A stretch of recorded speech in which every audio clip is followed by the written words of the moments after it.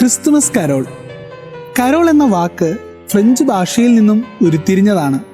നൃത്തപ്പാട്ട് അല്ലെങ്കിൽ പാട്ടിന്റെ അകമ്പടിയോടെ നൃത്തം ചെയ്യുന്നതിനെയാണ് ഈ പദം കൊണ്ട് സൂചിപ്പിക്കുന്നത്. മറ്റു മതങ്ങളിലും ഇത്തരത്തിലുള്ള പാട്ടുകളും നൃത്തങ്ങളും ഉണ്ടായിരുന്നു.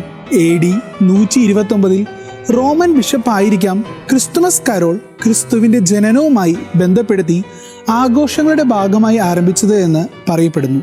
ഇത് ആരംഭിച്ചപ്പോൾ മാലാഖമാരുടെ കീർത്തനം എന്ന പേരുകൂടി ഇതിനുണ്ടായിരുന്നു. 1410 ആദ്യത്തെ കരോൾ ഗാനം എഴുതപ്പെട്ടത് എന്നും അതിന്റെ ഏതാനും ഭാഗങ്ങൾ മാത്രമേ ഇന്ന് നമുക്കിന്ന് ലഭിച്ചിട്ടുള്ളൂ.